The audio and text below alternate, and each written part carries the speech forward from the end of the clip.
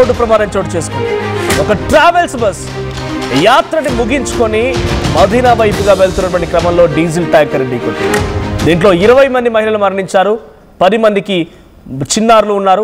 మీరు చూస్తున్న విజువల్ అన్ని కూడా అక్కడ జరిగిన సంఘటనకు సంబంధించిన విజువల్స్. సో సౌదీ అరేబియాకి హైదరాబాద్ సంబంధించిన కొంతమంది వాసులు అక్కడ మక్కా మసీద్ని దర్శించుకోవడం కోసం వెళ్ళారు. సో ఆ యాత్రికులంతా కూడా అక్కడికి సౌదీకి వెళ్ళిపోయిన తర్వాత ఒక ట్రావెల్స్ బస్ని బుక్ చేసుకున్నారు. ముందుగా అక్కడ మక్కా మసీద్ దర్శనం ముగించుకున్న తర్వాత మదీనా వైపుగా వెళ్తున్నటువంటి క్రమంలో మార్గ మధ్యలో ఒక డీజిల్ ట్యాంకర్ని ఢీకొట్టారు. దీంట్లో 42 మంది కూడా సజీవ దహనం అయిపోయారు.